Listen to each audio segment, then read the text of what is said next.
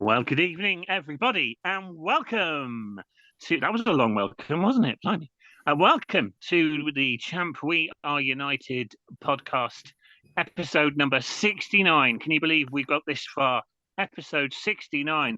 Oh, this is no, yes, no. 69. Yes. 69. Doesn't feel, I tell you what, it only feels like 68 we've done so far. Amazing. So, in the studio this evening, not in the studio, shall I introduce who's here? What do you reckon? Yes, please. Yes. Yeah. Excellent. Okay, first of all, yes, please, Matt. It's the man with no nickname, Mute Button Matt. Mute button, Matt. Hi, Gull. Hi, everybody. Hi, listeners. Good to be here. Looking forward to this one. Excellent. And also, we've got Luscious Locks, Not So Luscious Locks, Ridders. Ridders is back. Hello, Ridders. Hello, Gull. Hi, guys. Nice to be back for another episode. After I missed the one before with Mr. Tomlinson and Mr. Skew, which was excellent. And yeah, we've got some more good stuff lined up for you tonight, I hope. Have we? Hang on a sec. Hang on a sec. Hang on. Have we got some good stuff lined up for tonight? No. Oh. So yeah, sorry. Dot's in the old green room. She'll probably say hello later on. So, should we do the running order? Who's she dishing tea out to today? You can introduce Paul as well. Oh yeah. I was going to, and of course, it's the man that goes off on a tangent. It's Mr. Paul Tangent Paul, the man with the shiny fonts. Welcome, Tangent. Cheers, Gull. Great to be here. And as Ridders said, we've got some good stuff tonight. And then obviously we've got my Johnny Dexter and Danefield United European Cup campaign as well. Oh, for the love of God. Yeah, that's an early warning. Get your seatbelts on and buckle in, listeners. Well said. Well said. Should we do the running order? Yeah. Go for it. Yeah. Okay. So first of all, we will start off with the social media feedback, which is now also entitled Melvin's Musings. So looking forward to that. And that'll be with Matt. And then we go over to Ridders. Ridders, what are you doing this time? It's a continuation of before, isn't it? Tell us, what are you doing this time? Yeah, it is, Gull. Yeah. So we did part one of our look at the challenge, Picture Story Monthly number 10 on a previous pod.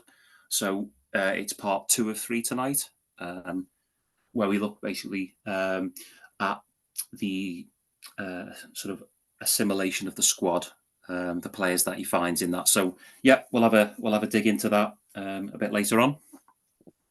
Excellent.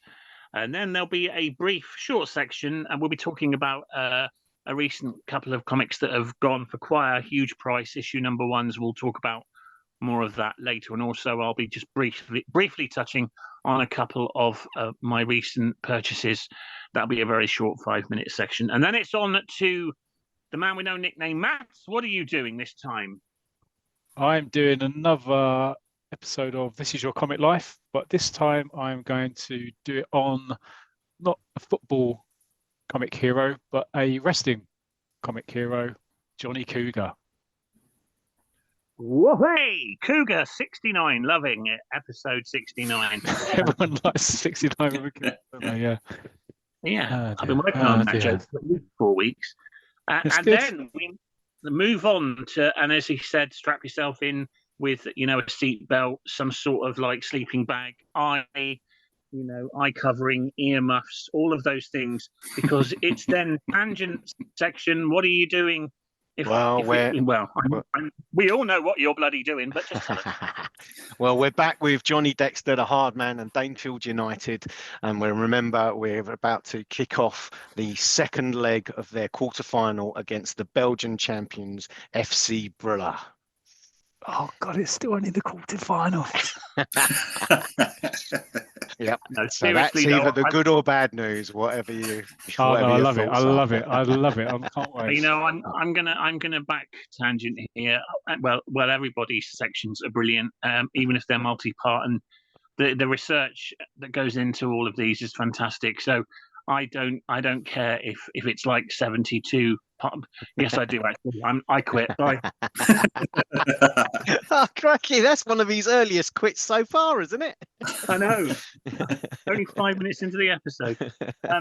So we're looking forward to that. And then we've got some special news of a bonus episode coming up for episode 70 that will be released in about 3 or 4 days. I know you've got an extra episode coming up, listeners. Can you believe it? I know I can't. Yeah, so we'll talk about that later on near the end, and then we'll give all of the socials and the goodbyes and what's possibly coming up in episode 71 once we've mentioned what's happening in episode 70. That's the running order. Good Sound like stuff. a plan? Yeah, Good stuff. That sounds good. Okay, let's begin then, shall we? And let's go over to Matt and the social media feedback, also known as Melvin's Musings. Over to you, Matt. Thank you, Gull. Well, maybe you can work on a theme tune for Melvin's Musings in the future episode. You know, just something to think about. Anyway, yes, Okay, Melvin's I'll Musings. make something up on the spot. Okay, what episode are we on? Oh, Episode 69. 69. All right. Whoa! It's Melvin's Musings. Okay. Good Right, range. so- Paul. Very good Yeah, range. yeah. I must admit, I didn't think he had it in him, to be quite honest. I didn't think he'd get to the end of that. We're back to 69 again. Yeah, not Anyway. on episode 69 anyway, yeah.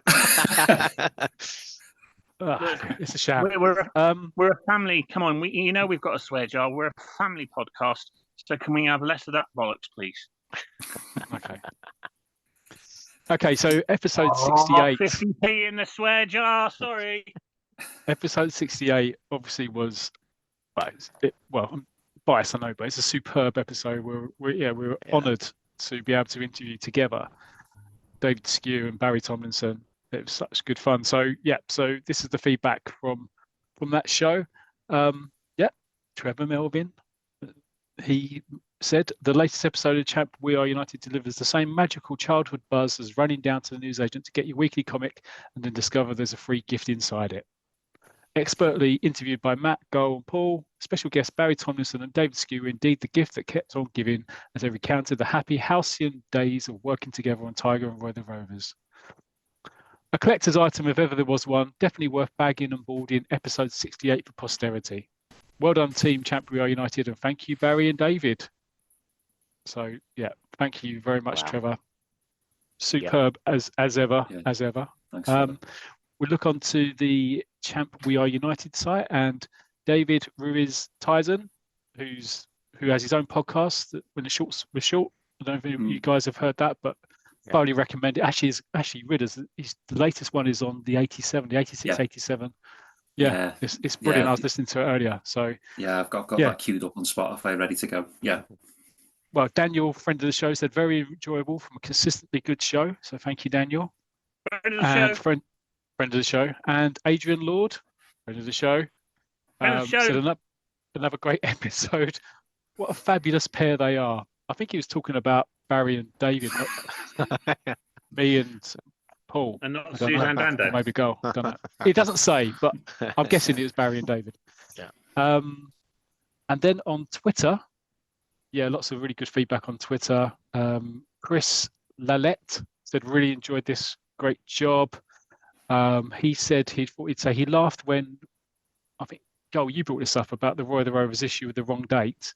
He remembers noticing it was wrong back in the day. And then a couple of years ago, he actually bought the issue on eBay again with the correct date. So he remembers that. And Barry replied. Sorry to interrupt you. I've mentioned as well, that I've managed to, once it was made me on the Roy the Rovers page, actually, that shows how brilliant the community is there. I've managed to get the original and the incorrect date. So, I'm happy with that. Yeah, brilliant. And Barry replied back to him as well, said he was away at the time. He's not taking any blame for that, is he, Barry? He's making it clear that he wasn't around. But I just want to reassure listeners, he did confirm he wrote a stern letter to the printers, didn't he? Yeah, he did. Him and his stern letters. And Hamish Witter, a friend of the show on Twitter. Hamish Witter, the fellow on Twitter. brilliant stuff. I loved this. Thank you. And then there's I think it's a Greek friend of the site, the Champion We United site. I think it might be Nikos. Nikos is. I don't know if he's in the Greek. Big Roy the Rovers fan. Roy the Rovers fan club. Yeah. Says Nikos so has much been part of the forum for a long time. Yeah, so I so much appreciated both of them. Plus, David is a very good friend of mine. Many thanks to Mr. Barry Tomlinson for all the memories concerning Roy the Rovers. What a great football artwork by Mr. David Skew. Congratulations for all of these. Champ, we are united. So thank you, Nikos. And Fitz was at Alan Fitz said, incredible legends reunited. And then just after that, Barry, I think it was a couple of days after, he posted a picture because we spoke about David in his skin tight levers. Behind myself, guys, and listen. I'm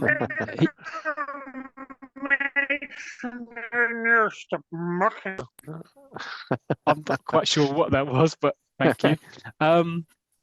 He posted a picture of that, and he said that how much he enjoyed being on the podcast with the Johnny lads from Champion United, and a couple of other comments. Mike Watkins said, listening now, Barry, plus I've shared the link with my school friend Colin on Facebook, also a comic fan, and Lou Stringer, who's a famous cartoonist and writer, and has his own blog and website. Said currently listening to it whilst I'm drawing. A really interesting, fun interview. Oh wow! So thank you very much, Lou. And then the final one, again from Daniel Ruiz Tyson. Said, I'm a big fan of this show, fun, nostalgic, and when the man Skew is in town, it's like one of those Frank Costanza scene-stealing cameos in the great Seinfeld. I don't think Frank Costanza would ever have been cancelled. Mr. Skew, I'm less sure of. I think it's just a matter of time. I mean, how many times has David been on now? I can't believe he's still on air. It's no coincidence that we squeezed them into episode 68. Shall we just say that? 69. I don't think with Mr. Stew we have risked that one. So sorry, Gull. So loads of really good feedback, and it was great to see. So once again, thanks to Barry and David for a superb show.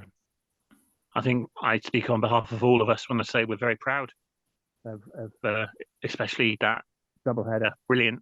I mean, it was just a joy. So thank you to both of them, and thank you to the Champion United team. God, I sound like I'm just a listener now. Wow. Well, I am a listener because I do listen back.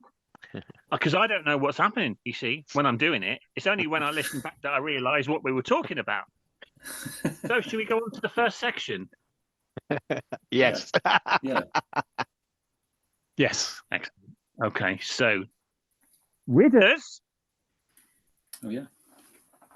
I'm going to keep it in suspense as to who's doing the theme tune until after your section.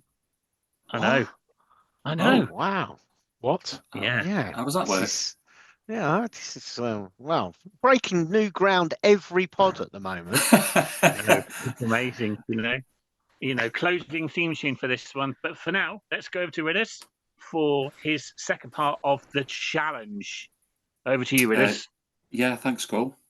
Yes, so we're looking at the challenge, Picture Story Monthly number 10. Having a bit of a deep dive into it. It's a three-parter because I think we all agreed there's so much content in this story, and it's a bit of a inverted commas classic. This one, very enjoyable story. In the first part, a quick recap. It's the year 2000, and we've got a team called London United dominating the English Super League of the time in year 2000, and their multi-millionaire owner, Robert Murdwell, issues a challenge to the rest of British football that if you can raise a team to beat my team, then he'll break his side up and try to make everything a bit more competitive again. So we meet a guy called Mike Preston. So he's an out of work football manager, and he dislikes basically everything that London United stand for, and Robert Murdwell. So he decides to meet this challenge head on and try to raise a team of his own. So far, Mike's recruited a striker called Gilbert French and a winger called Ronnie Sanderton. And he's turning his attention to the one, I think he would call, the one star that would be in his team, Super League goalkeeper Tom Vickery. So he goes to see Tom Vickery playing in a benefit match, and he asks him to join his team. But Vickery's actually hoping to be asked to play for the Super League Select, which is going to be managed by Bobby Gearson. And this looks like a team, the best of the rest of the Super League of all the teams. But Mike informs him that that Gearson has opted for the Manchester United goalkeeper. So, would you consider playing for my select? And Vickery says he'll have to think about it, as, and to quote Vickery, "Your lot are just a bunch of no-hopers." So it's not that promising a response, is it? And we see kind of a close-up of Vickery and Preston talking here. And yeah, so obviously we spoke about the artwork, didn't we, last time when we looked at part 1? Yeah. And I got the name wrong. It's not Neville Jones, it's Neville Wilson is the artist. Right, yeah. And I just thought just worth making a quick correction on there, because it's fantastic artwork. We spoke about his art style, really is one of my favourites, to be honest. I think all the characters he draws really well. You can just see every football looks different. The action's drawn superbly. So yeah, so it's Neville Wilson. And if you look him up online, there's loads of great examples of his work. So Neville Jones. No, Neville Wilson. Neville Jones played for Manchester, didn't he? So Yes. it would have been interesting if he branched out from playing in the early 80s. So just a couple of years later, in the artist for Sheffield United, yeah. But so anyway, so he meets sort of Tim Vickery and gets a lukewarm response. And a day or two later, Mike Preston receives a letter from a guy called Walter Hammond, who's managing a side called Todbury United in a junior league, and he's recommending him a young goalkeeper called Tony Fulton. And he recommends him to Mike as one of the best prospects he's seen. And this guy, Tony Fulton, he'd be honoured to play for Mike's team, which is kind of in polar opposites to the response from Tim Vickery. But Mike puts the letter on file because on the same day, Vickery actually reluctantly agrees to play for Mike's team, but in a pretty rude manner. I don't want to be messed around, blah, blah, blah. Not an ideal response from him. And this Tim Vickery's coming across as, well, he's not a nice chap, basically. We don't like He's a wrong one. He's a wrong one. Yeah, he is a wrong one. That's the word I was looking for. He's a bit self-centered, I think. Yes, a little bit. Kind of a modern 2000 footballer, I guess. Yeah. So anyway, so the story moves on a little bit quickly now, and we get to page 22, and we suddenly find and meet 7 more of the players. Page 22, another really well drawn page. Oh yeah, superb. We're just looking at it now. So for listeners, I'm sharing some of the artwork on the screen. Yeah, it's brilliant. Yeah, as you say, they all look so different, don't they? Yeah. Yes. Yeah. And when he draws United, he just pulls all the characters out. Hedgehog has this really impressive hedgehog haircut. Terry Evans looks like a movie star. He really gets sort of character drawing.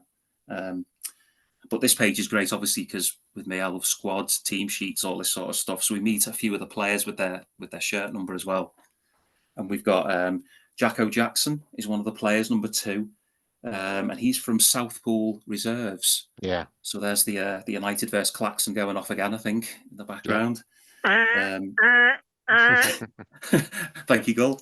Right on cue. And we've got called Sam Snedden, Harry Walker, Martin Lindsay. Number 7 is called Sparky Dodds. And it doesn't even say that Sparky's his nickname. Is that just his first name, Sparky? Who knows? But yeah, Sparky Dodds with a fine sort of perm moustache combination there, worthy of Terry Mack and Suey. Almost a Carlos Valderrama even. Yeah, actually, that's even a better shout, actually, I think, Yeah, proper, actually, but again, really Valderrama, I used to like that. Did you say Valderrama? No. I used to love their singles in the 80s. I especially liked Siobhan. Oh, sorry. I thought you meant Bananarama. Hey, look at that! Oh, What? I can't believe that. Tell the listeners what's just happened. No, let's leave that to the listeners' imagination. Sorry, carry on with this. yeah. Yeah, think what you will happen there, listeners. Woo. Anyway. Answer to the postcard. Anyway, put it away, Matt. Right, anyway, so. That'll be in And the then, compilation 150th episode visual. Big reveal. Where?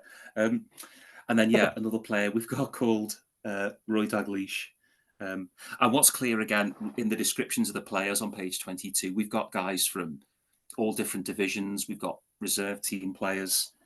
And we've got getting a real flavour of the team that Mike's building, as we said in part one. These aren't individual stars. Maybe Tim Vickery aside, this is a team, a blend of players. So the 11th name. So we see Mike sort of staring and studying his team sheet, and he knows who he wants. But through his thoughts, he reveals that for the player to join him, he hopes that this player's dad will forget an old grudge. And again, I keep going on how much I love this book, but it's such a good story. I mean, so we find out about, what's this grudge mean? Who's this grudge that Mike has with this player's dad? And it kind of everyone loves a grudge, don't they? You can't be a good old grudge. Good grudge. Yeah. If you hear about a grudge, like, well, read on. It's an immediate page turner. Tell me fine, more. Right? Okay. Yeah. And of course, it's the sort of the nature of the story. I also, while we're talking about it, I made a note that the pacing of this comic book is fantastic. Again, we find out this is page a grudge. Turn the page, more players. Turn a page, more backstory. It's really paced really well, this book. So we see Mike at someone's front door. He's obviously gone looking for this player, and he's greeted with a "You get off my doorstep." And Mike's kind of still bitter, Jake. And then after this sort of initial, get off my land. And then through sort of some flashbacks over the next sort of 3 or 4 pages, we see that Mike and Jake, obviously when they were a lot younger men, they once played against each other in the old First Division. Jake Parr is sort of quoted as being one of the best midfielders of the time, having just been selected to play for England. But unfortunately, late in the game, Mike and Jake go for a tackle.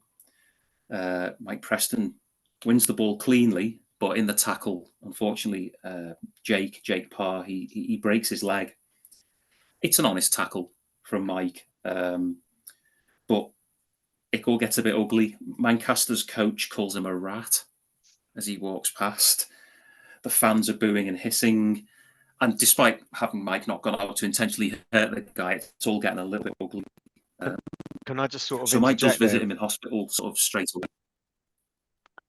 Reader, so I was just going to say you mentioned about the. I was just going to say that you mentioned about the artwork, and that picture of the tackle is absolutely brilliant because you can clearly see that the ball's won, but you can see that Jake Parr is, he's falling awkwardly and is about to come a comeuppance.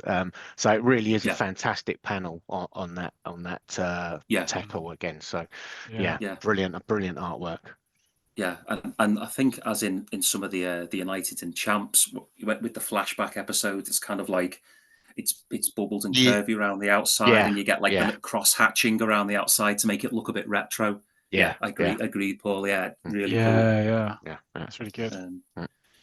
So obviously things aren't great. Mike visits him in hospital, but I think it says it in the book. It says the newspapers are mostly reporting this was an accident. Unfortunately, Jake doesn't forgive him. There's a bit of a grudge, and we find that Jake doesn't actually ever get to play for England again after that, although he does continue his professional football career. So Mike tries to convince Jake that if his son Kenny Parr, he wants him to play for him. And he's trying to convince him, saying, why would he play for me? So he's sort of saying, well, it'll put him in the shop window because at the moment, Kenny Parr is only playing reserve football. And who knows, put Kenny in the shop window, maybe he could play for England. And it's a nicely written piece. It's only over a couple of panels, but it's a nicely written to and fro between two guys. And at one point, Jake even aims a punch at Mike Preston because he goads him so much. Yeah. And you see sort of Mike ducking out of the way. But it's clear he must have touched a nerve, especially the thing about maybe he could play for England one day where, Jake didn't get to it. So in the next sort of panel, we see an ambivalent looking, shall we say, Kenny Parr meeting Mike off the train with a kind of well, I'm only here. This is my dad's idea. I'm just doing it for him. But he's got his man. He's got Kenny Parr on board, and we see sort of in the training sessions, while sort of Mike's outlining his tactics, we see that Kenny Parr is a talent and he's a really good footballer. So Mike is sort of pleased to have him on board. So we kind of, the team's assembled now. So they're in a couple of training sessions, and Mike suggests that he intends to play the 2-3-5 formation. Yeah. That famous one. Yeah. And it's wow. And I think Tim Vickery mentioned something about the 2-3-5 formation went out with bows and arrows.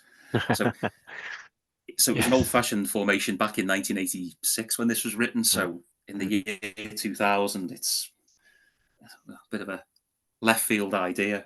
And I did look quickly into the 2-3-5 formation. And it's the first long-term successfully used formation. So it was used from the 1880 to about the 1930s. And it's that really old-fashioned. It's where all the numbers and those positions came from. Uruguay used that formation to win the 1924 and 1928 Olympic Games and the 1930 FIFA World Cup. So it was a long time use, and it's the formation that gave rise to the traditional shirt numbers, because what they did was they used to write down the positions and the players. So you'd have one as the goalie, and then you'd have 2, 3. So 2 became right back, 3 became left back.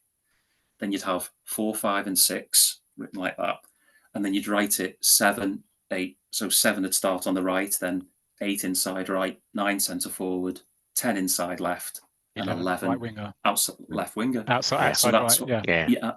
So that's why 7 was traditionally your right winger and 11 was traditionally your left winger, just because it was written down on a piece of paper in the 2-3-5 formation. So I don't know if you guys have heard of this book, journalist Jonathan Wilson, and he's got a book quite fairly famous in the footballing world called Inverting the Pyramid, and all of that's kind of covered in that book actually.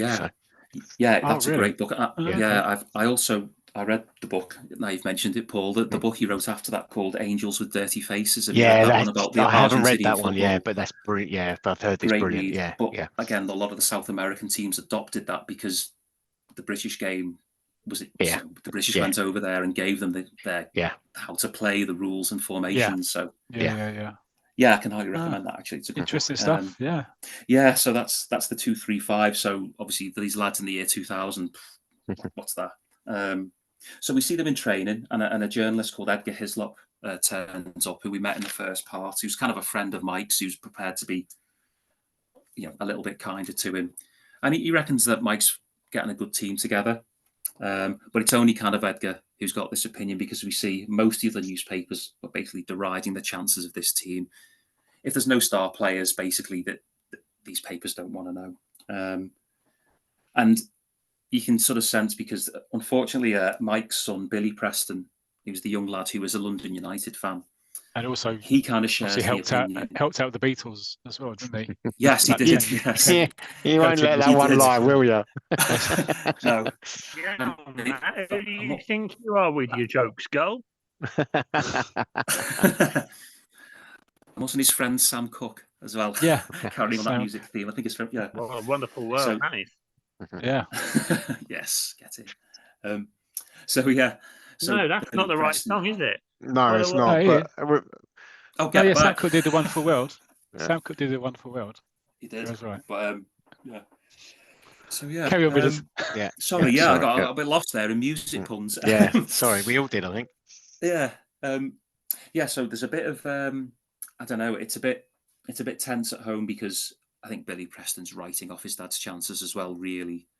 And Mike knows this, and yeah, things are a bit strained at home.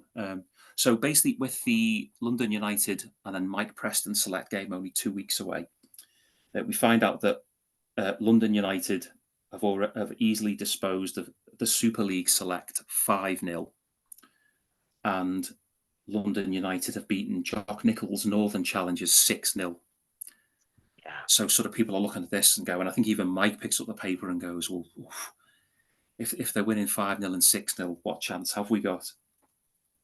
So Mike organises a friendly for his team against First Division West Hill United, sort of mid-table team. Things don't go well. They don't start well anyway. They're 2-0 down quite soon, and it leads to Tom Vickery, the angry, arrogant Tom Vickery. He starts insulting the defenders and half the team, calling them amateurs, useless, etc.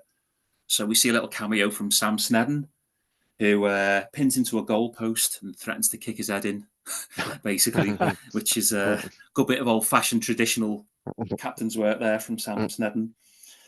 So he kind of shuts Tim Vickery up a bit.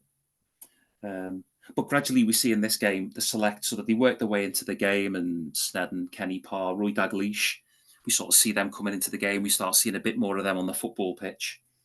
And they set up a goal for Gilbert French. He makes it 2-1 with a header.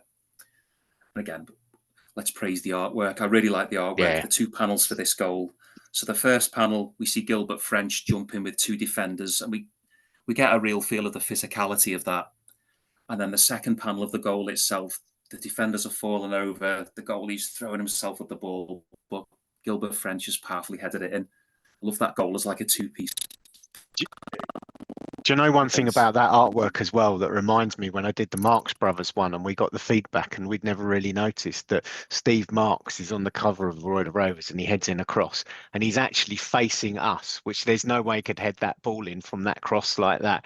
But this one is absolutely correct. We see the back of Gilbert French, the ball's powerfully headed home, and like you say, Ridders, you know, the defenders falling by the wayside. It really is fantastic artwork. It really is great.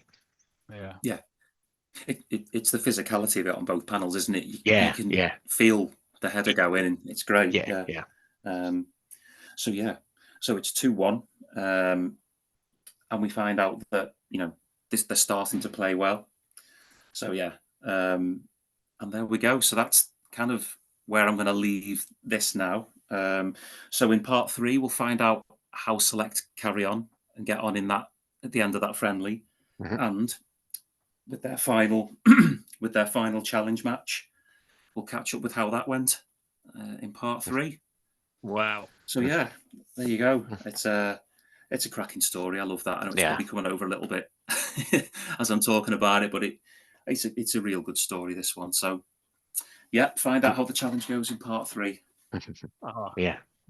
Looking forward to that. I was getting excited and I was looking forward to, like, oh my God, what's going to happen next? And then you just, but that's it for now. Oh no!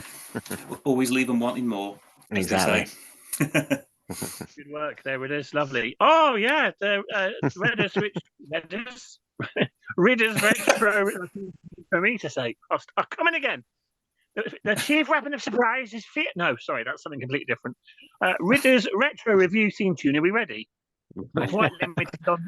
We're quite limited on the budget, of course, because we've already had Kings of Leon in earlier on for Melvin's musing. So there's only a few people that we can fit in now in the studio, and we haven't got the budget for it. So hang on, I'll just see it. Hang on. Hello? Oh, come in. Oh, that's okay. All right. Yeah. Oh, wow. It's only the red hot chili peppers. No. Wow. Unfortunately, I've already informed them that it's got to be a very quick one because of budget constraints. So here we go. Are we ready? Over to the red hot chili peppers. Rid away now. Oh. Yes. I love it. That's great. That's good. Brilliant. Is that it? Back into the green room. All right, then send them back so they don't come here. They've Sound got their like an tea. Irish Dorothy Cotton. That's fine. Yeah. I think Dot's been on the I brew hope this week.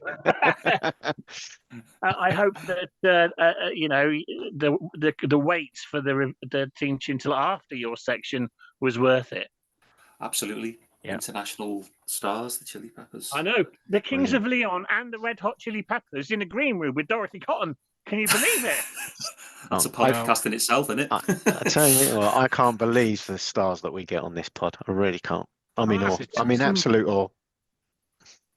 That's I was a gonna say, I have dream to get later some- with Jules Holland, isn't it? Really. Yeah. I Yeah. have to Dot, get some more Kings staff of in Leon. to help Dorothy Cotton. I have to get Frank Butcher back in. All right, turn it in. You know. Yeah. So that was Ridder's retro review. Looking forward to part 3 of that. Thank you very much. Okay, brief section now. We'll quickly talk about latest acquisitions. I've got a couple, but also, what price did that issue of Tiger go for? Does anyone want to come in on this? This has been in the last 24 hours. Well, it Paul, do you hasn't. want It hasn't gone, has it? It's actually on eBay at the moment, to- Oh, and okay. it's got a reserve price of £999.99. But I believe when you click into it, it does actually mention that a #1 issue recently went for over £1,100, I believe, and possibly there was one that went for even more than that. I'm not sure, Matt, if you've got more news on that. I mean, I know. I mean, first of all, when I saw it on eBay just a few days ago, could not believe it because I've never seen the free gift, the space gun, and it's almost in pristine order. It's just mind blowing. Actually, seeing the photos are superb. But yeah, I've seen, I think on the comic auction 2021, the #1 went for £2,200. Yeah, but that seems a bit high. That's without a free gift. That's without the free gift. That's amazing. Sorry, because I just gone into it on eBay, and it does say we've sold one privately in the past for 1,100, and that was missing one of the 6 sources, part of the free gift. Wow. So yeah, so it is incredible. I mean, I'm watching it, and I think there's about 30 people. Oh, I'm watching it. Oh, I'm watching it. I won't be bidding. Unfortunately, the timing is not quite right for me, but I have to admit, it's like the good angel and the devil on both my shoulders at the moment. And let's just say one is kind of saying, go on, bid for it. And the other one's definitely saying, no, you can't at the moment. But yeah, that's probably too much information for the listeners. Yeah. I mean, as collectors, the fact that it's got a pristine free gift as part of it, that's going to be tickling your collecting that. That's got to be, my God. Do you know something, Ridders? I did kind of offline in the chat that we kind of have. This is the comic that I have been waiting for all my life, and it's finally here. And yeah, with its free gift, do it. It's only a house. If you lose your home, who cares? And on top of that, though, as well, what's even more amazing, which I'm not sure is brilliant to be listed at the same time. Tiger comic issue #2 is also listed, exactly, and on the same bid time, auction space, and issue #2 is on for a reserve price of £499.99. So let's just say if they only go for their reserve prices, it's basically £1,500 for those 2 editions of Tiger. But like I've said, I mean, yeah, well, I've waited all my life for this. I can't remember when I first started looking at eBay, but it's easily over a decade, and it's the first time I've seen these on there, and I'm sure I'm not on my own. They're worth it as well. I'd say scary. They're worth it. Yeah. You know, the only thing I've got to figure out is, am I worth it? That's the point. I bought them because I'm worth it. You might want to check out the lesser known auction sites. You know, the one that's specifically based in Yorkshire, eBuy Gum. That's a good one to look at. Yeah. Very good. Problem. Yeah. No, I'm not going to say that. But thank you for clearing it up. Yeah, I know that you're following it a little bit more than I am, because that's not something that I'm searching for. But yeah, thanks for clearing that up. Yeah, I mean, for me, it would just be phenomenal. So in actual fact, that yeah, that will be. We'll be able to give an update in Go on. You know episode what? 71. Whilst we're live, Yeah, recording live, go on, bid on it. Go on, I dare yeah, you. yeah. You bid on it. I'll double You dare you. bid it. Ridders, triple dare him. Go on. I'll Yeah. double dare you. No, I'll you'll be just in the come into devil. I've just come into the studio. I quadruple dare you. Don't think I'm it. I'll Just be the angel saying then, it. Paul. Just be Yeah. careful. Yeah, exactly. Let's just Matt's say going to be the devil. watch this space. No. Come on, all right. I'll tell you what. I will reveal all, but you don't put an early bid on or something like this at the moment. You sit back and you watch. Bit like Mike Preston. I'm looking at the squad. I'm looking at what I've got in the reserves and whether to make my move. You know, at the moment I'm 2-1 down in a friendly as well. And What's the copy like? Is the comic itself pristine as well? Is it all just in great nick? No, they're both in really good nick. You've got to think about the bigger picture as well of this. I know it's like one hell of an investment, but just think you can't really lose with it, because if you did end up getting both and then you sold them in the future because you needed to, you'd probably get your money back. But also to have the complete collection is worth much more than what you're about to shell out. Yeah, I mean that obviously for me that's part of it, but I mean I'm missing loads of the early ones. But yeah, they're hard to get hold of for me. Yeah. I mean I remember years ago. Well, I remember when I first got the first edition of Roy the Rovers. I was happy, but the one that I was really pleased with as well was I got the first edition of Victor on eBay, and trust me, that didn't go for anything like this. So, Right. but this really is. I mean, I'm looking at the pictures now. I mean, it's yeah. Can you get some sort of cloth to mop up that drool that's going down your? It's just really unsightly. Yeah. You Do you know what? Sorry, Gull, you said you were gonna this section. You're gonna mention some other things because we need to move on because I might need therapy. Looking at this. I was going to talk about latest acquisitions, but we'll hold that over and move on to the next section. But yeah, okay. So yeah, because we need to move on because we know that we've got tangent section to come later on as well, and that'll take us into the year 2032. So if you're lucky. Okay, let's get back to the next section, the penultimate section. I don't know, however you want to say it, but it's time for. It's only the man with no nickname, Mute Button Matt, with his "This is your comic life." Over to you, Matt. Yeah, thanks for that, Carl. Cheers. Don't say thanks to me. It was Eamon Andrews. Thanks, thank you, Eamon. I love Ridley's face there. Who's that? No, you have no idea. I know Eamon Holmes is. Yeah. Eamon Holmes. Oh, did I? Who's it? Eamon Andrews. Who is it? Oh, sorry. Oh, I told you, don't get me off script. I can't think that fast. Right. Anyway, so over to you, Matt. Looking forward to this, and it's a bit of it's not football. No, exactly. Yeah. So as I say, this is Johnny Cougar. So guys, have you heard of Johnny Cougar? Yeah. Oh yes. Yeah. Heard the name. Okay, so and some of this information I got from a couple of websites. Just shouts out to John Freeman website, Down the Tubes, and also Richard Sheaf for the Boys Comic Adventure blog, which I'm sure you guys have read and thoroughly recommend to any listeners that aren't aware of those sites. So Johnny Cougar, and I'm sharing to the listeners' benefit, I'm sharing on the screen some artwork over the years. So Johnny Cougar first appeared in Tiger on the 31st of March 1962, initially drawn by Jeff Campion. So this is the artwork shown in it. It's Johnny Cougar, the man with the iron grip, in black and white there. And actually the first one was only just one page. It wasn't even 2 pages. The one on the right is actually a couple of weeks later, which is interesting. You only actually see Johnny Cougar down in the bottom right. Obviously one of Tiger's most successful recognizable characters.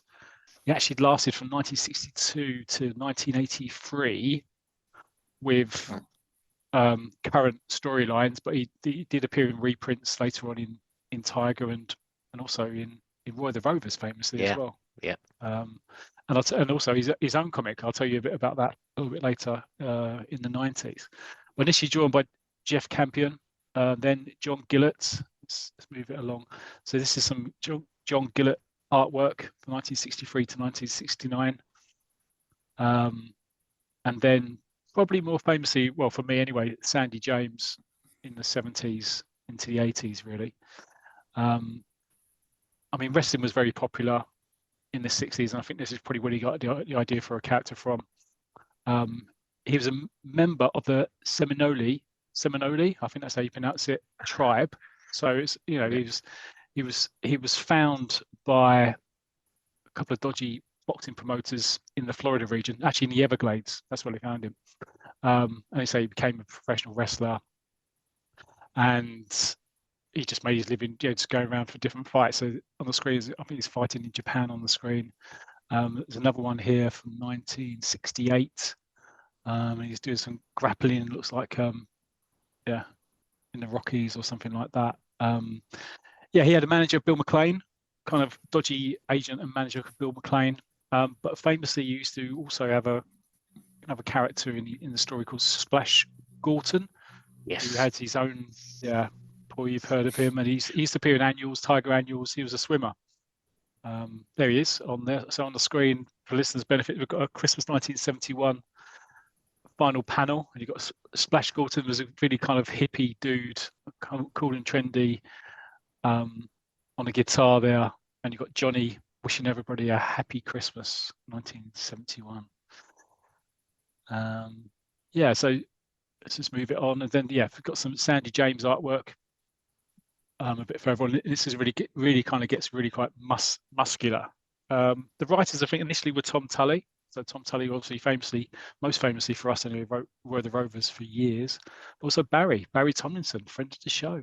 He wrote a lot of the Johnny Cougar stories. I don't know, we haven't had a chance to ask him exactly how, friend of the show, how many years he actually wrote the story. But you can probably tell when you look into some of the more later stories that, we know how creative Barry is with the Hardman stories, and some of them were really quite creative when I was going to say, I mean, I think the Barry's probably doing it when I first came across it, in the early to mid 80s in Tiger and that. Well, I mean, he fought animals. I think once he was suspended over waterfalls. He fought in between chimneys, like it was just aliens. Sounds like a Danefield. Sounds like Dexter. And famously, and I'm showing the guys on the screen, he fought Big Daddy in 1982. Now, Big Daddy obviously had a strong relationship with IPC Fleetway, because I think he also appeared in Buster and potentially Roy the Rovers, but I won't mention too much about that. But he appeared in Tiger, and actually he fought Johnny Cougar, and it was over about 4 weeks. When I was flicking through this, so I'm just playing some of the artwork. The bout just lasted forever, basically. 1 minute you think Big Daddy's going to win, Johnny Cougar's going to win. He goes for a body slam. The artwork's superb, and I'm sure Barry must have wrote this one, because it kind of goes all over the place. Look at that artwork. Didn't Barry say that he did a Big Daddy annual? Yeah, he did a big annual. Well, so maybe a couple of those as well. I mean, in the 80s, I mean, no wonder it was still running in the 80s, like you said. Sorry to interrupt, because it was still a huge sport, wasn't it? The Jacks, the Big Topper. I'm sure you remember all three of them. Do they ring a bell? Well, Haystacks, definitely. Yeah, Giant Haystacks. Yes, yeah. You don't remember the Big Topper? No, not the Big Topper. Right. Might be big in Torquay. No, I made him. I made him up. Yeah, well, didn't it? Giant Haystacks, Big Daddy, and the Big Topper. There's me trying to think of Cat Weasel and Mick McManus and names like that, and you come out with Big Topper. Actually, Cat Weasel, Splash Gorton looks a lot like Cat Weasel. So Big Daddy, that was in the kind of 1982. So it's coming towards the end of the end of its life, really. I mean, he was famous actually for sayings. Do you remember the sayings he used to say? I mean, obviously, this is back in the 60s and 70s and 80s, where we're probably slightly a little bit less PC, perhaps. So, Yeah. remember what he used to say? Do you know what? Yeah, I'm sorry, I can't. This gone from from my mind at the Well, moment. the famous one was heap big. Heap. That's heap big. big. Yeah. Yeah, heap big. It'll be heap big. I'm not going to do the accent. I'm not going to do the accent. Tangent, sorry to interrupt again. Tangent, did you just say that something's gone from your mind? Does this mean you're not going off on a tangent for once? Not for once. True. Not for once. Yeah, not for once. You're not going to go off on a tangent. Have a party. Yeah. So yeah. So anyway, in the end, it's a draw when they have a fight. Big Daddy and Johnny, and then it become a tag team. So Johnny become a tag team. He fights bears. So I'm showing a picture on the screen of fighting bears. That's him suspended over a waterfall. And then he I think he gets drugged, and then he has some sort of weird hallucinogenic dream, and then he gets caught by a pterodactyl. You know, this is normal stuff for like a wrestling match. You know, you get this on a ITV World of Sport on a Saturday afternoon. I was going to say, I think a hand over to pterodactyl. Yeah. How else were you going to get Cougar to fight a pterodactyl other than in a dream sequence, right? I know. Wait, a what? A pterodactyl. Pterodactyl. I'm sure he said something else. Was that his first name? Terry. Gull, your voice is going a bit Dalek-y. I think you need to get a bit closer to the microphone. Or stop jumping about so much. Maybe it's the cloppy. It's so excited to hear of all these great Johnny Cougar fights. That's what it is. He just can't contain himself. Can you hear me now? Yeah, just about. Gull, try again. Hello, can you hear me now? He says live on the podcast recording. Coming through clear now, Gull, coming through clear. Have you got an update on the Johnny Cougar pterodactyl fight for us? Yes, Terry retired after this fight and changed his name from Dactyl to something completely different. I didn't have time to make it. I didn't have time to make up a joke though. I'm so sorry. Carry on. Oh, yeah, it's fine. Terry Duckworth. It's fine. Oh, Terry Duckworth, love it. Yeah. He could have gone there, Gull. Yeah, that would have been. Yeah, it's brilliant though that, you know, like you say, that when in the comics that but typical Barry, right? So he brings Big Daddy in, and as you said there, Matt, you were on a flow, so I didn't want to interrupt you. No, that's but fine, you know, Johnny Cougar fights Big Daddy, but you know, it's an absolutely I can't say the word, you know, brilliant fight. But obviously it's a draw, so that, you know, obviously we as readers, Cougar doesn't lose, but of course Barry keeps Big Daddy sweet as well. With the draw there. Yeah, so it's just after that. Then he actually. So the last story, he actually gets hypnotized by some ne'er-do-well, and then he ends up doing a bank raid, and then they get chased. They get caught by the police, and then he's just about to go to jail. It's a down to the police. And then the guy wakes up, the ne'er-do-well, and says, actually, no, you know, Johnny Cougar's innocent, so he's fine. So Johnny Cougar actually, he doesn't go to jail. He has one more fight, and I'm just showing the guys on the screen the last fight he does. And then after that, he says he has a big announcement. So, and this is Cougar been thinking a long time about this, and now knows the time is right. Cougar announced his retirement from wrestling, and Splash Galton can't believe it. He goes, Johnny, you don't know what you're saying. You can't think of can't you think about it some more? No more thinking. Cougar's mind made up. It is time to return to the Everglades, to my people. Back to the Everglades, back to the Seminole tribe. And then the last couple of panels, you see a jumbo jet flying off. Splash Galton there, he's getting a bit emotional. Go, goodbye, old pal. You're very special, very special. and then you see a superb piece of artwork by Sandy James. Yeah. And you got the sun's lit behind him. He's standing there. Looks a bit like me actually with my shirt off, to be fair. And he's he's got his Duncan Mackay bandana on as well. Yeah. And yeah, the days turned into weeks, the weeks into months, and in Florida's Everglades, a Seminole Redskin lived a simple life, and he was happier than he had ever been for a long, long time. Johnny Cougar was home. Oh, do you know what? I'm close to tears here. I tell you, that last frame was really emotional when he got back to the Semolina people. I love it. Do you know something, Matt? Just a quick question on that, because as you mentioned, and I hadn't realised, I should have realised really, but of course I was thinking, you know, it was quite a moment when Johnny Cougar then appeared in Roy the Rovers, because it was the first non-football story from memory that ever appeared in Roy the Rovers.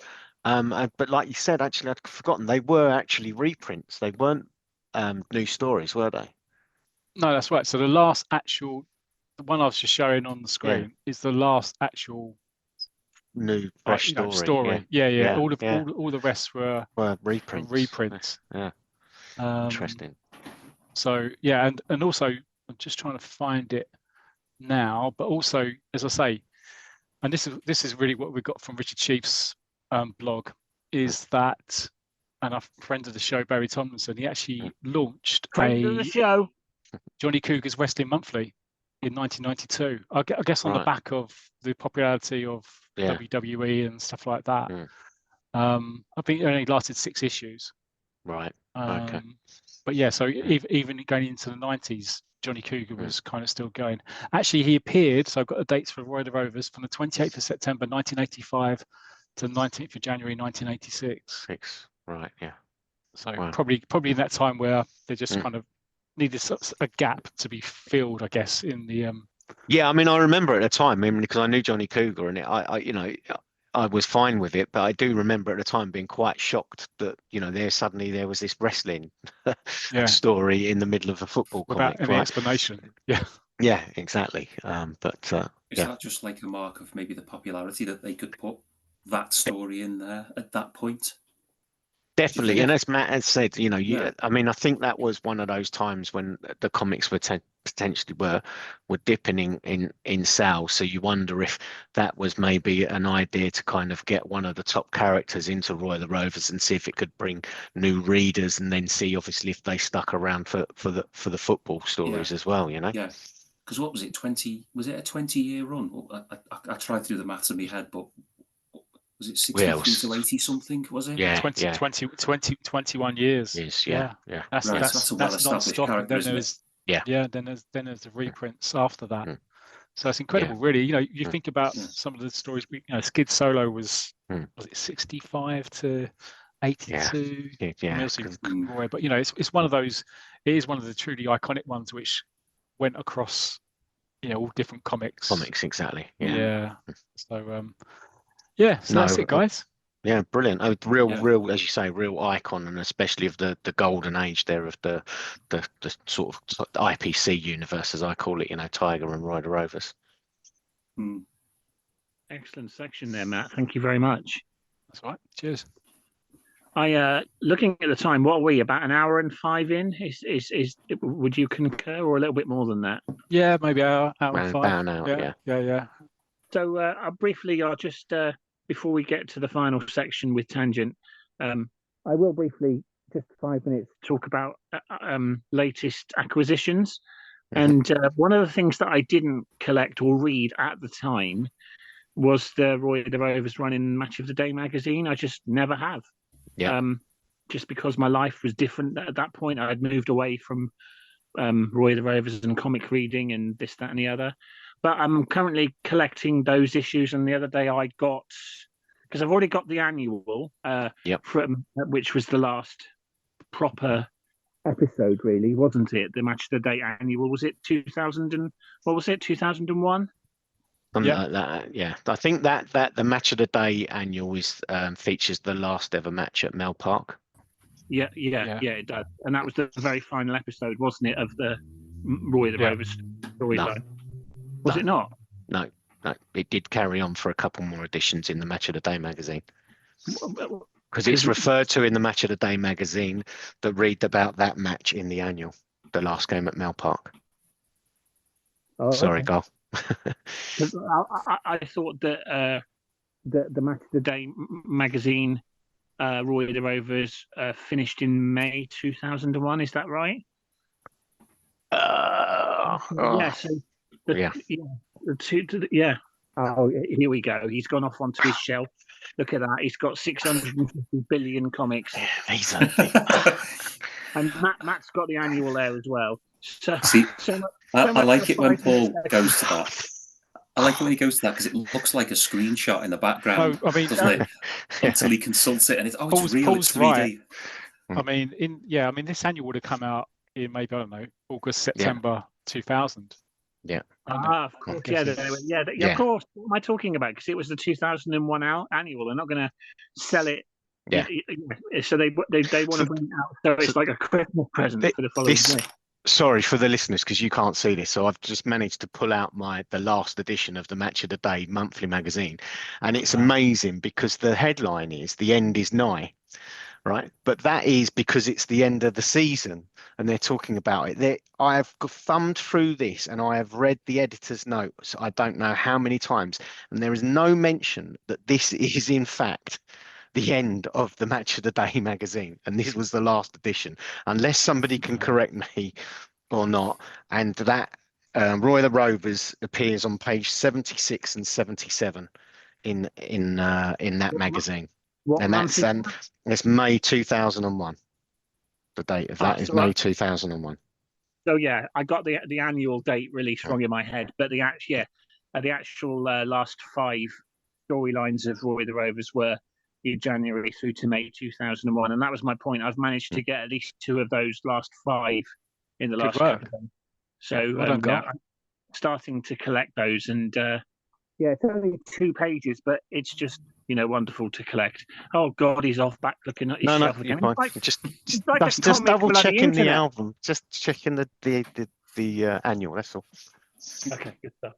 But yeah, of course that makes absolute sense. Of course, the annual wouldn't have come out after the May 2001. You want to be putting it on sale just before 2001, wouldn't you? Yeah. So yeah. Well, so that was my section. And thank you for correcting me on that. Brilliant. That's what I'm here for. I know. It's time for. Are you ready for this, listeners?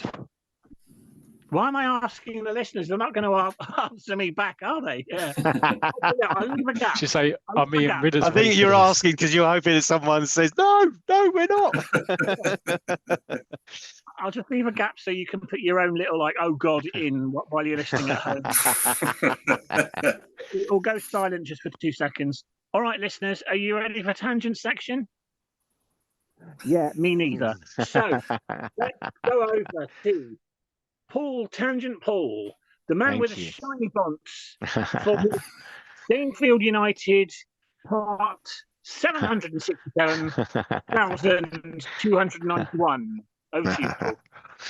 Thank you, Gull. Thanks very much. Well, for those of you, I'm sure you remember, we'd left the story with Danefield United in the quarterfinal of the European Cup, playing the Belgian champions, and they proved to be a fantastic team. And there's been a lot of humour and a lot of goals in the matches, but it was an amazing 0-0, tense, drama-filled affair on that first leg. And so we're going to pick it up in the second leg. And so Danefield obviously have travelled to Belgium. And again, once again, we get a fantastic piece of artwork. There's this massive stadium. This time we don't get that we've mentioned in previous ones, how big the crowd is, but it's a capacity match, and we can see all the fans chanting. And of course, Victor once again has addressed the travelling Danefield fans to make sure that they don't misbehave, and he tells them all that if there is any misbehaviour, that they'll all be banned and put in jail for a year. So obviously then we're into the action, and FC Brüller, if you remember, at the end of the first leg they'd celebrated that 0-0 draw, very confident of bringing Danefield back to their home ground and going through. And so of course, filled with that confidence, they're straight on the attack, and we see them forcing a save from Andy Watson, giving away a corner. He then gathers the ball from that corner, but Danefield then they're ready for this onslaught. He gathers the ball and he sets Danefield on the attack. We see Johnny Dexter there with crossing the ball, and Peter Parker, he beats the Brüller keeper, lobbing the shot, but it cannons off the crossbar. It's amazing. I'd warmed up for this, and I've I've got so excited. I'm caught up in the tension myself. Sorry, yeah, Parker heads over, go off the bar, it cannons off the bar, and Johnny Dexter's to it, and he lets fly with a fantastic shot which beats the FC Brüller goalkeeper. But before the celebrations could start, can you believe the linesman's got his flag up and it's offside? It's ruled out for offside. Oh, yes. Dexter manages to have another shot before half-time. Danefield coming into their own now, really proving themselves for the challenge. But there's no goals. We're still then at half-time. Even Kevin Taylor says to his captain, he's got this real feel about it that this is going to go to penalties. And so typical Victor Boskovic, yes, once again, listeners, he's got something in store for his players as they come into the dressing room. He just makes them get into the shower, and he soaks them in a cold shower. Freezing cold. They're still in their kit, but he does. He's, you know what Victor's like. He's quite a nice manager. Although he's done that to them, he does actually give them fresh kit. But he's saying to them the cold water should wake them up, ready for the second half. So of course the Danefield players take to the field in the second half, and as you can imagine, they're still shivering and freezing from that cold shower. But of course, as Victor did, that's the whole reason Victor did this. Of course, they're really running around now, the Danefield players, to warm up, and they're straight away on the attack. And we see Alistair Stewart finishing a great passing move. He shoots under, remember we've mentioned this, the fantastic Brüller goalkeeper who'd been stopping everything, but this time Alistair Stewart beats him. But once again, we made mention of these, and of course in comic book tradition we've got one of those fantastic goal line clearances, and it's the FC Brüller twin fullbacks, this time one of them stopping the ball on the goal line, passing to the other one, and then clearing it upfield.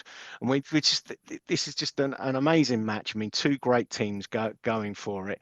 And then we see Dexter's breaking up the Brüller attack. He's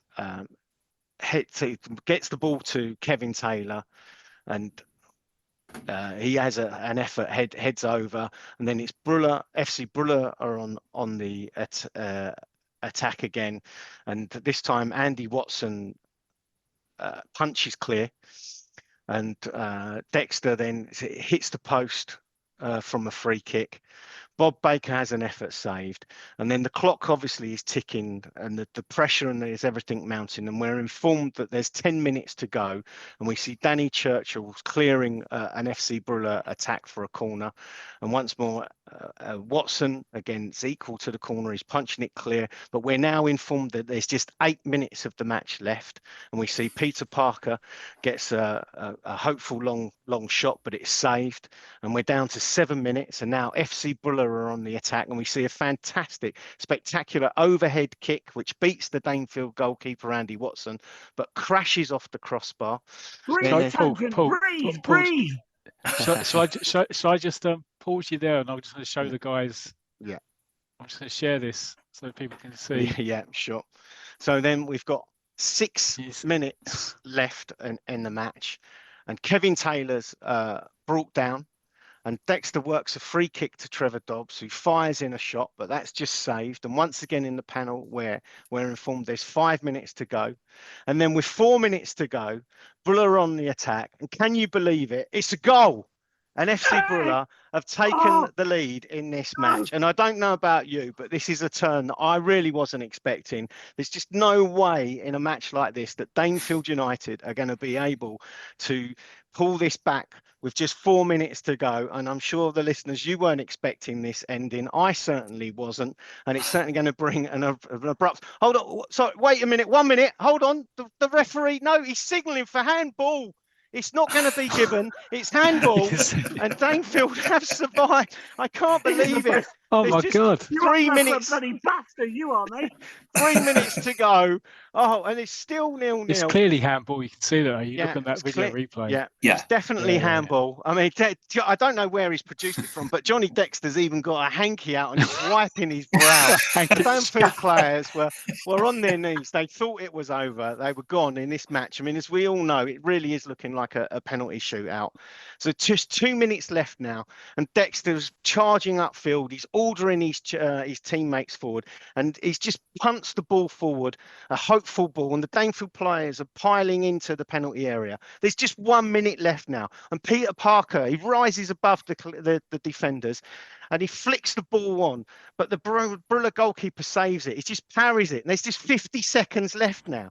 Taylor's got a shot. It's blocked. It's rebounded, and Alistair Stewart's there. He's heading it. 35 seconds. It's going towards the top corner. This must be it. There's just 30 seconds left on the clock. But no, an FC Brüller defender gets there. It's headed clear just from under the crossbar. Unbelievable. Bob Paker's there. He's had a massive shot. He's blocked. Peter Parker, sorry. He shoots, but can you believe he's shot rebounds off of his teammate, Paul Kelly? How many seconds left? In the panel, there's just 12 seconds left. England centre forward, Kevin Taylor, he lobs the ball to the net, but the keeper saves it again. The rebound, it's come out to Johnny Dexter. Sure, no, can you believe it? Shoot. Dexter, he's kicked it.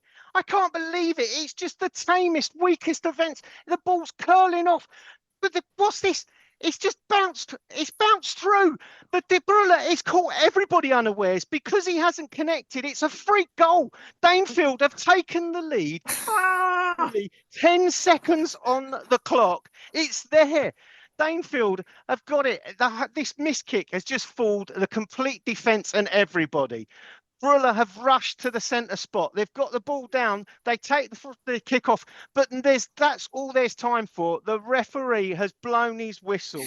Johnny Dexter is in the air and he's surrounded by his teammates. They can't believe it. They're telling him that it's the most important goal that he'll ever score. And of course, it's with a miss kick. It's just absolutely fantastic scenes. Victor Boskovic, as you can imagine, he appears on the pitch with a massive Union Jack and just jumps on his captain and hugs him. And we do see that this brilliant Belgian side and their captain very sportingly sees Johnny Dexter, and he says that any teams that beats us on our own ground deserve to go on to greater things. We're disappointed, but we'll be back next year. And what a fantastic match and result for Danefield. So then we obviously we the move best on. minute of comic book football ever, that ball. Sorry to cut in. That's the best minute of comic book football I've witnessed. That goal line clearance from underneath the crossbar with that header. That's just brilliantly drawn, that bit.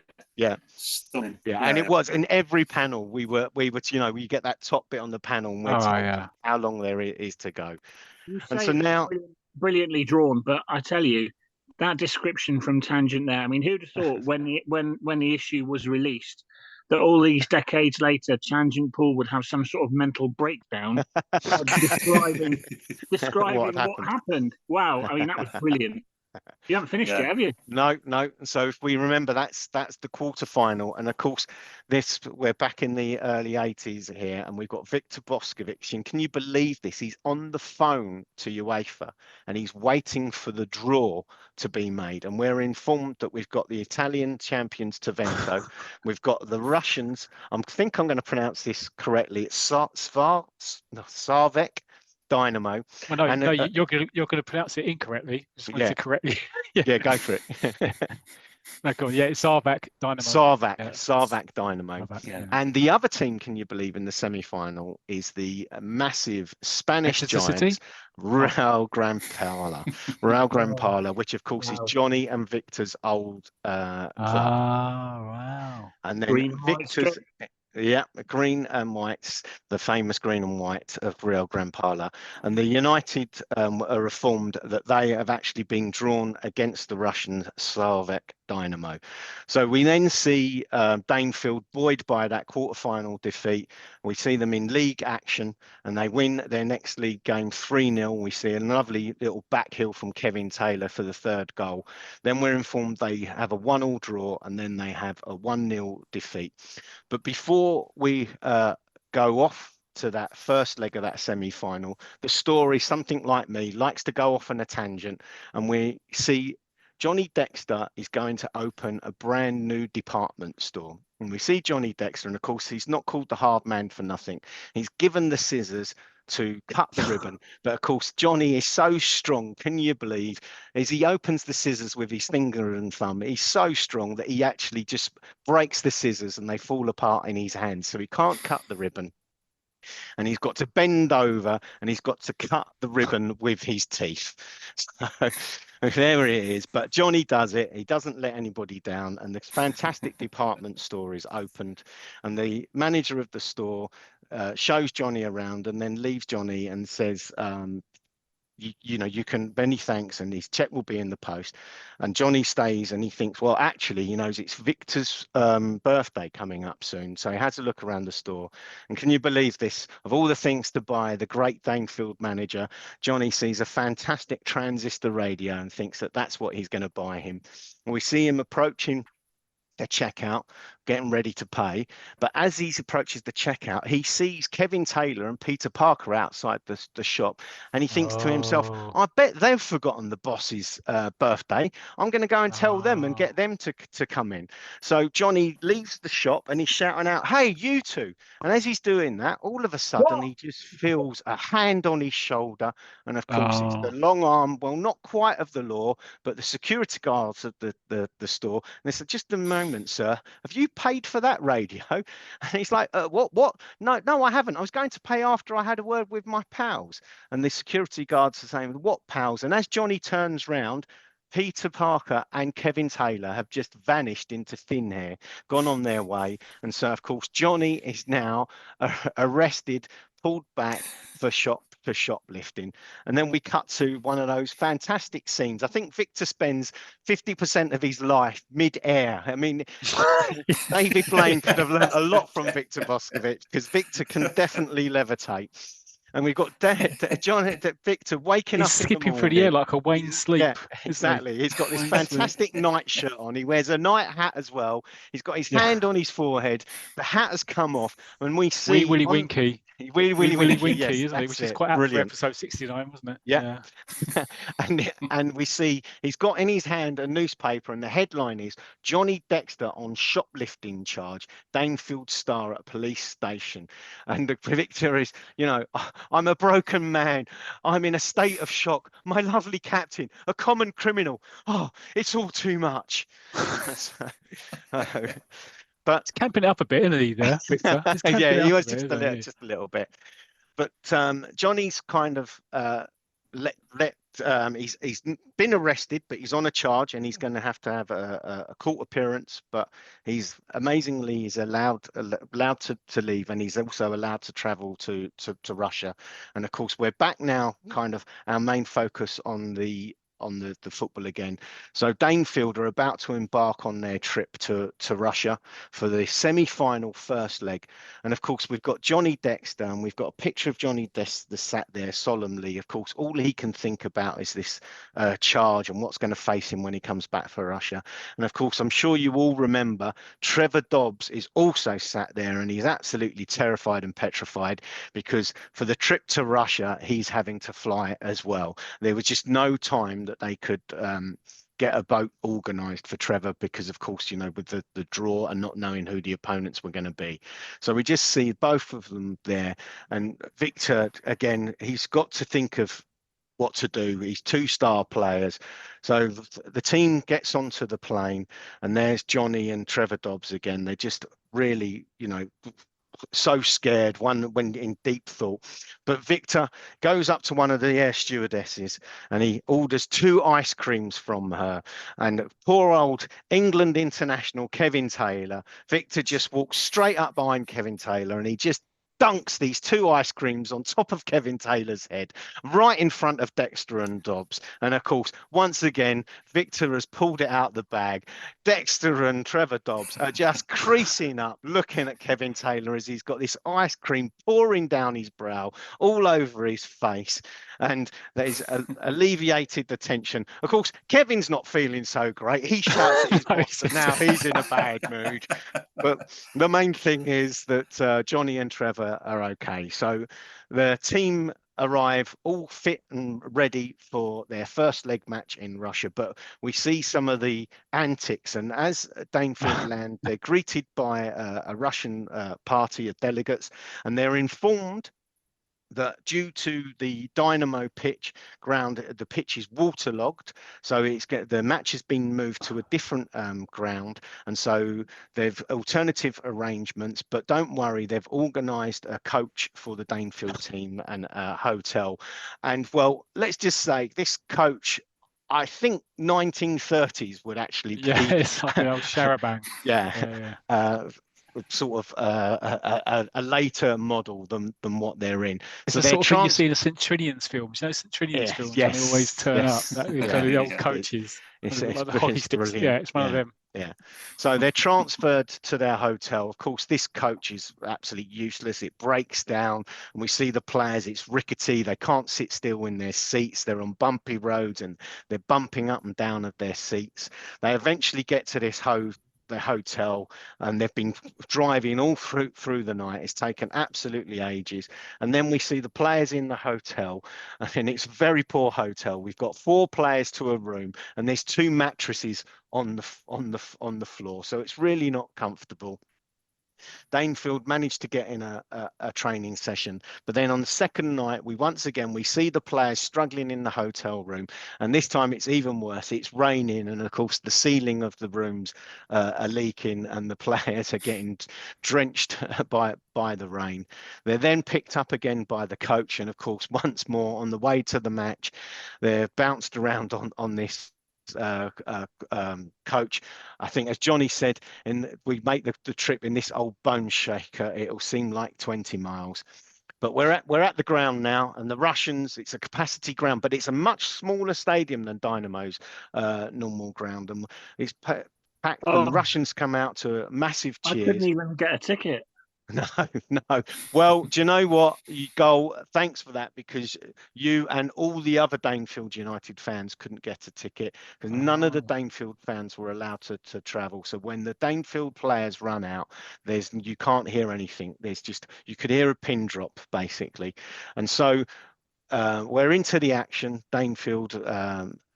The centre of Johnny Dexter with the Russian captain, and the Russians kick off. And of course, the Danefield players are already feeling the effects of these coach journeys and the hotel. And the Russians are straight on the attack. And within the first minute, Dynamo have taken a lead immediately, 1-0.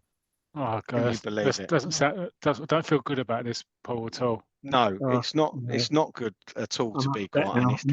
I'm upset. And straight from the kickoff, even then, Danefield, they're forced to defend, and the ball's cleared up field by Paul Kelly. But Paul Kelly's taken out by a Dynamo defender.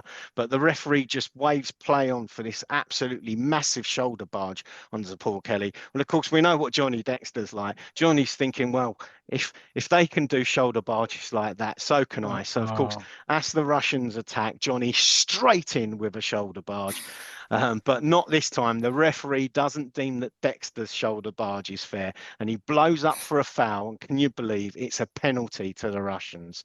No. And it's calmly slotted home, and it's not even half time yet, and it's 2-0 to the Russians. Straight away, Victor realizes that the pressure that they're under, he pulls Paul Kelly off, and he brings on defender Jerry Winstanley. This time, though, the players, it finishes the first half 2-0, but of course it wouldn't be a half time for the Danefield players if Victor Boskovic wasn't up to something. And this is one that even I don't remember reading originally. When they get into the dressing room, Victor, Bert Bridges and Paul Kelly are standing there, and they've got Union Jacks on them, and they've got Union Jack hats, and they've got an old gramophone, and somebody's on the trumpet, and they're singing Rule Britannia and Britain rules the waves. And then they also burst into a chorus of Land of Hope and Glory, and they send the Danefield players out, and they're feeling all pumped up, and they're saying, remember Dunkirk, we shall never surrender, and we shall never be slaves. And Johnny's got his chest puffed out, and he's saying, we'll show them this half. We're British, we're not defeated so easily. So the players are there, and there's wave and wave after attack from Danefield. Johnny Dexter having a shot, it cannons off the crossbar, and then the Dynamo keeper, we see him just pull off an absolutely spectacular one-handed save. He's actually diving the wrong way, but reaches out behind him to pull off a save. And then we see the clearance from the Dynamo, and they're storming because Danefield have pushed everybody forward for this, and they've kicked the ball forward. But Johnny Dexter is there, and again he breaks it up and he plays the ball forward, and Kevin Taylor now has a massive shot, and again it's saved by the keeper. But once more, another clearance by the oh, hold on, I've missed something here, haven't I? Have you? Yeah, sorry. When that ball, the ball's cleared up by when Danefield had pushed forward, from that save. Actually, Dynamo push forward, and they scramble through, and they actually go 3-0 up. I can't believe I've missed that. Blimey, can't you just pretend it never happened then? Yeah, well, I wish I could. Unfortunately, it's a goal. It's when he stands on the goal line and he talks to them, doesn't he? Yeah, and then he just taps it in. I don't like the arrogance of that goal at all. That's begging for a slight tackle, isn't it? I don't like that. It really is. But again, Johnny's determined, and we see Danefield now. They're back on the attack. But once more, the Dynamo keeper makes a fantastic save from Kevin Taylor's shot. Again, we witness just a long clearance punted upfield by the it's just hitting Dynamo. Hope. That's what it's I all don't just like hitting about Hope. It's just hitting Hope. Dynamo just being lucky, players. But Danefield have nobody back, and Andy Watson has to scurry out of his goal. He gets there first, and now he just smashes the ball upfield. And as he's done that, Danny Churchill's saying, well done, and that's a real hot shot. And Trevor Dobbs is saying, you saved the day. But all of a sudden, the Dynamo player has got hold of the ball, and he's lobbed Andy Watson, and Andy Watson's charging back to his own goal, but the ball's already over his head and it's bouncing to the goal. And I have to say, it really does look like this is it for Danefield now. Surely a 4-0 defeat, they won't be able to turn this around. No one's coming back from that. Never mind, they won the 5th league 16-15 or something. Yeah. But remember, they were never 4-0 down in that time. Oh, okay, cool. But Andy Watson's running back to his goal. He just can't get there. But can you believe it? The ball bounces twice, and on the second bounce, it smashes against the post and rebounds into the clutches of Andy Watson's hands. Oh, lucky Andy Watson. Yeah. It was very shortly after that. Once again, the action, as we see, action like that is often greeted by the referee's whistle at full time, and Danefield have lost that first leg 3-0.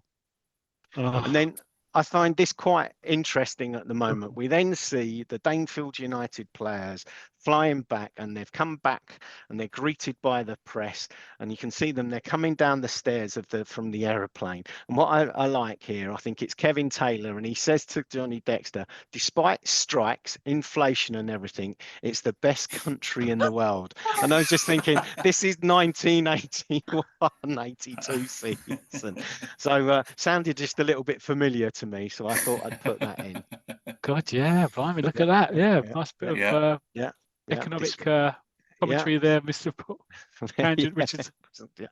And then Victor, of course, informs his captain that, of course, he's still got the conviction and the appearance in court. And Johnny had forgot all about it, but now they've got to think about that. And we see that they're off to court, and we see Johnny getting out of the car, and all the press are waiting for him. And then we see Johnny's in the stand, and we can see he's got a think bubble there. And once again, it's another brilliant artwork. And I always get this wrong. It's Doug Maxted, isn't it, Matt? Doug Maxted. Well done. And he Not his just brother is. John. No, not his brother John. I've said in the past, and it's fantastic artwork. And Johnny's got, he's mopping his brow and he's really nervous. And in the think bubble, you can say he sees it's the appearing in the court and sitting in the stand. It's worse than missing a penalty in the cup final. And Johnny pleads not guilty, but the prosecution say it's clear case. He had left the store without paying. The police give the statements. Johnny explains it was all a misunderstanding. And then we see that the magistrates are conferring with Johnny looking on very nervously again. And just as we're about to wait the verdict, suddenly the doors of the court burst open and loads of Danefield United fans burst through. And brilliant artwork again. You know, the clerk of the court and the police in the court, they're knocked off, they're flying up in the air. And we've got big placards. Johnny Dexter is innocent, Dexter not guilty. But of course, Victor knows this is not going to help. And he gets himself in front of them and he just points at them and he just shouts, "Get out!" And of course, the Danefield fans, they're not going to mess with Victor. They run out and Victor's there pushing them out. And he's saying, "Fools, idiots, animals, lose yourselves, get out." And then we're back to the court and we see that the verdict is going to be delivered. And can you believe it? The case is dismissed. Johnny Dexter has been found innocent. Victor hugs his captain and exclaiming that he's a free man.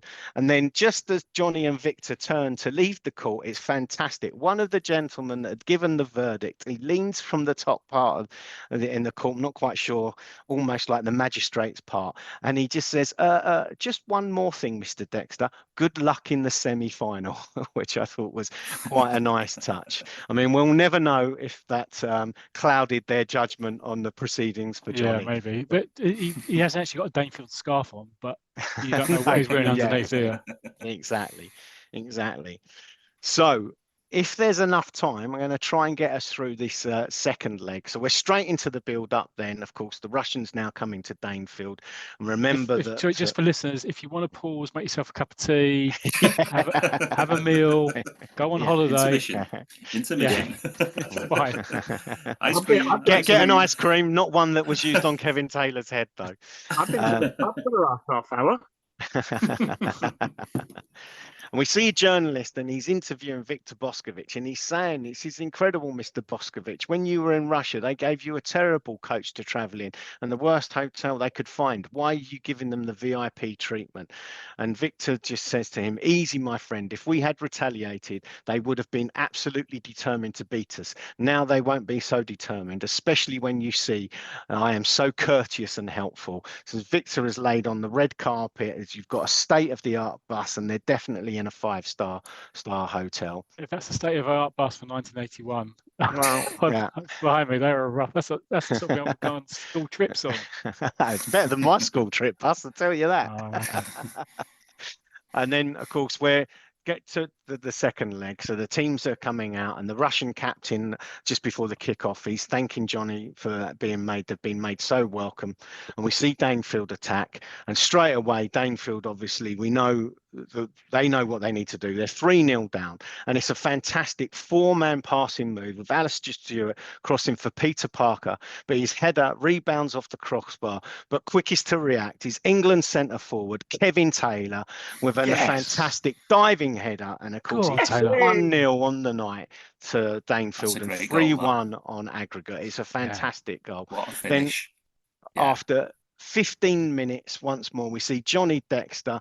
He's ploughing through the Russian team, and he hits a thunderous shot, which can only be parried. And once more, Johnny on the spot, although, of course, this time it's Kevin on the spot. There's Taylor to knock in the rebound, and it's 3-2 on aggregate and 2-0 to Danefield on the night. And we see the Danefield fans, they can't believe this. They're all thinking, what were we worried about? 3-2, no worries at all. The Russians haven't had a look in, and they're definitely on their way to the final. They're really caught up in this hysteria, and one fan is just really so caught up. He runs onto the pitch, and we see him running onto the pitch, and then he's got a thought bubble, and he's even I could beat this lot. And in fairness, he slides in on the Russian player, and he actually makes a fantastic tackle. He really does. He wins the ball quite cleanly, but of course you can't do that. You shouldn't be doing that. No, And you of course, can't do Johnny that. No, you're right. Good spot, Paul. You're so pedantic, Paul, honestly. I mean, I'm there we so sorry. go. Fans just can't run onto the pitch and tackle the opposition players, even if it is a great fair tackle. And Johnny Dexter straight away is over there, and he grabs this fan, and he's, "You stupid, useless thug, you should be horsewhipped. Someone chuck him out." And he throws him into the hoardings. And the police quickly arrive on the scene, asking Dexter to leave it to them to deal with. But Johnny has lost his temper, and in the melee, he's just moving his arms, and without realizing, as he moves him out, he's just shouting, "Get him out of this ground." And as he moves his arm, though, he knocks a policeman's hat off his head. And of course, as we all know, that's one of the most cardinal sins that you can ever do. Yeah, And the policeman, I've always made it a point, whenever I'm out and about playing football, whatever, never knock a policeman's hat off. don't knock Always. a policeman's hat off. And the policeman obviously tells Johnny that he needs to watch it. And Kevin Taylor is over there straight away, and he's telling Johnny that he's lost his temper and he needs to really calm down. But the referee's over as well, and he's telling him to calm it down, or he'll be in trouble as well on the pitch. He'll be in trouble with the ref. So we're back to the action, and it's all Danefield, and again they're piling on the pressure, and this time it's Alistair Stewart, and he's thumping home, and it's the equaliser. It's 3-0 on the night, 3-0 on aggregate, and once more Dexter is just so happy and relieved. He jumps up in the air, and as he does, he kind of does a fist pump, but with his other arm he swings it back, and can you believe who stood behind him but the referee? And Dexter's elbow catches the referee clean on the jaw, and again, what is a fantastic piece of artwork by Doug Maxted, and the referee's just poleaxed onto the ground. They're there, and of course that's an immediate booking for Dexter. I like that the referee books him while still poleaxed on the ground. He just puts his arm up in the air. Exactly. What a pro. I love the fact that he's like in a coma on the floor. Yes, but he can just book. the yellow card. Yeah, Just the yellow. He books Johnny. Yeah. And then there's still a few more minutes to go till half time, and it's actually the Russians are on the attack, and of course it's they drift past Jerry Carlisle, and Johnny Dexter knows he needs to get across and make the tackle, but he's in the penalty area, and of course he realizes that he's got that yellow card, and he just stops himself, which means the Russian gets a shot in on goal. But thankfully Andy Watson's equal to it, and so the Russians don't score, and the halftime whistle soon sounds, and Johnny Dexter, as they're leaving for halftime, he's saying to the players, he just can't believe modern day football. He's really, he's lost it.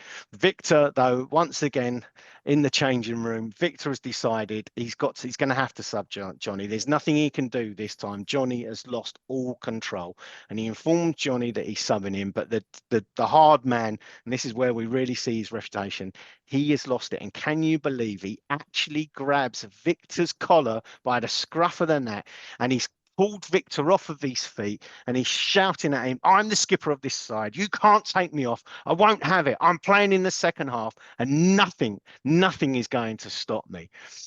And Victor, obviously, it's kind of disappeared, possibly maybe a little bit embarrassed by this in front of all the other players. And we see Johnny turning around to the rest of the players. He says, I'm playing in the second half and nothing is going to stop me.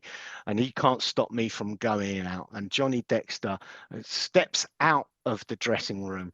But we've seen in the panel beforehand, of course, Victor's not going to give up so easily. Victor has managed to get up into the ceiling and he's waiting for Johnny to appear from the dressing room. And as Johnny appears from the dressing room, I've decided to describe this as a terracotta pipe tube, a hollow terracotta pipe tube. And Victor drops it from the ceiling right over Johnny Dexter, and of course Dexter is trapped inside this tube, hands down by his side, and he can't move, and that's it. Victor informs the rest of the team that you need to get out there and that Johnny is substituted.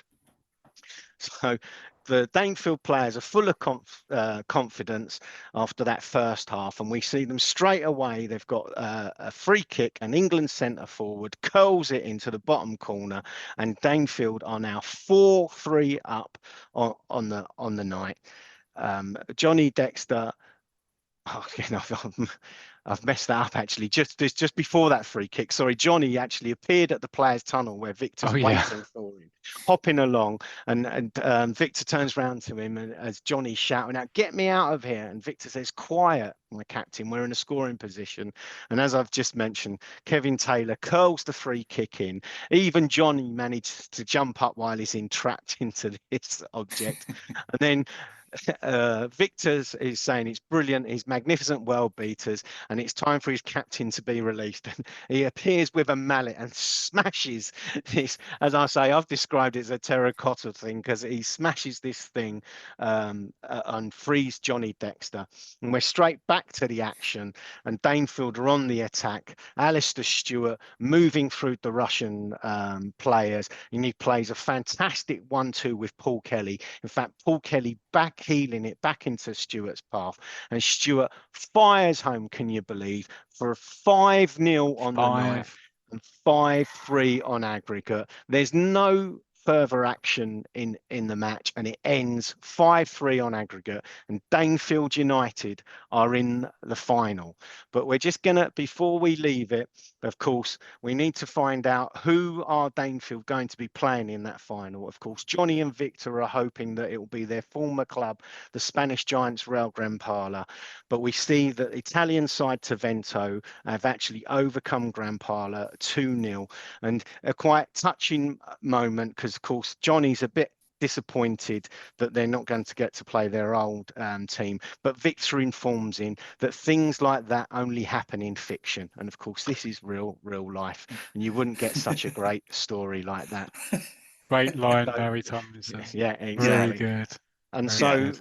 we see Danefield playing their last 2 league matches, and they lose both of them, and they're 3-0 with a week to go before the final. Victor takes the team away on holiday, and we get one last comic moment. We see all the Danefield players in the swimming pool, and all of a sudden, appearing from nowhere in a snorkel, Victor Boscovich just pops up in the middle of all of them, and he tells them all, "I want to see you all work hard at work, within seconds move." And we see them all rushing away.